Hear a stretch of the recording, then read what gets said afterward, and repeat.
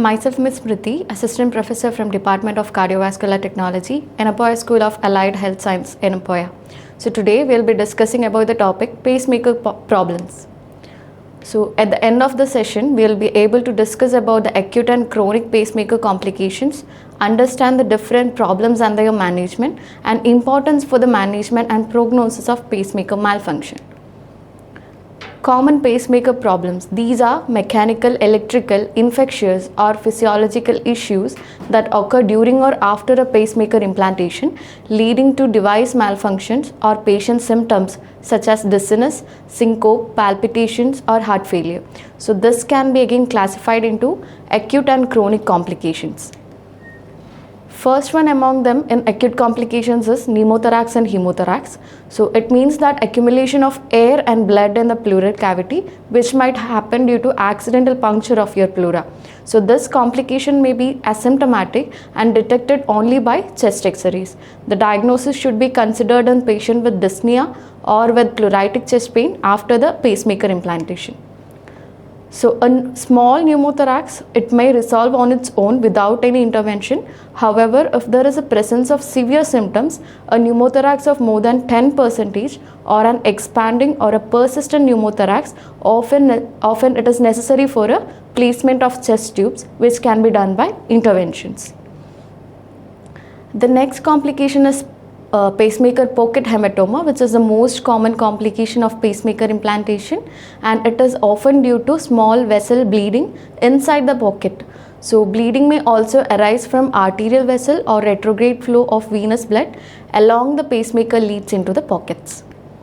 So signs and symptoms of this may include pain, swelling and sometimes bleeding at the pocket side, and small hematoma can be reversed by pressure dressings, and large hematoma with swelling requires emergency surgical removals. Next one is diaphragmatic stimulation, where there is a stimulation of diaphragm which occurs with the pacing lead at the RV apex, particularly at high pacing outputs. So the possibility of cardiac perforation has a high chance, and reduction in the pacemaker output voltage or lead repositioning may be necessary. Next one is local muscular stimulation, where this might occur with a unipolar pacemaker configuration, particularly if the PG is positioned upside down within the pocket. So a pacing lead fracture may result in leakage of current into the surrounding tissue, resulting in local muscle stimulation. The next complication is pacemaker malfunction. The PG may be defective or may have been damaged at the time of implantation. It might happen due to the electrocautery. Improper fixation of the terminal pins of pacing lead into the PG may result in complete or intermittent pacemaker malfunction with high impedance measurements. Next one is cardiac or central venous perforation. So perforation may lead into pericardial effusion or a life-threatening condition known as cardiac tamponade, which should be suspected in patients with chest pain, pericardial frictional rub, hypotension after the pacemaker implantation. So a chest X-ray may reveal an enlarged cardiac silhouette or an extracardiac lead tip. So a change in the paced ventricular morphology, particularly a RBBB pattern, may indicate ventricular lead migration. So the hemodynamically unstable patient with tamponade will have to undergo pericardiocentesis. It's nothing but drainage of effusion, which is performed in cardiac cath labs.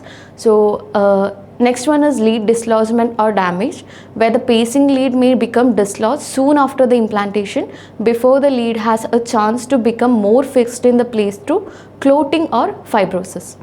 So lead dislodgement may be suspected by known capture, high lead impedance, undersensing or oversensing on telemetry or ECG, and may be confirmed by chest X-ray.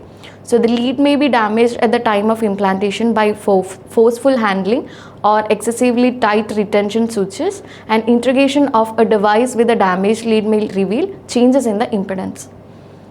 Coming to the chronic complications of pacemaker, it's nothing but the complication that might happen gradually after a pacemaker implantation. So first one is pacemaker system infection. So it is a condition where the entire pacemaker system is infected due to any of the bacterial flora or microorganism growth.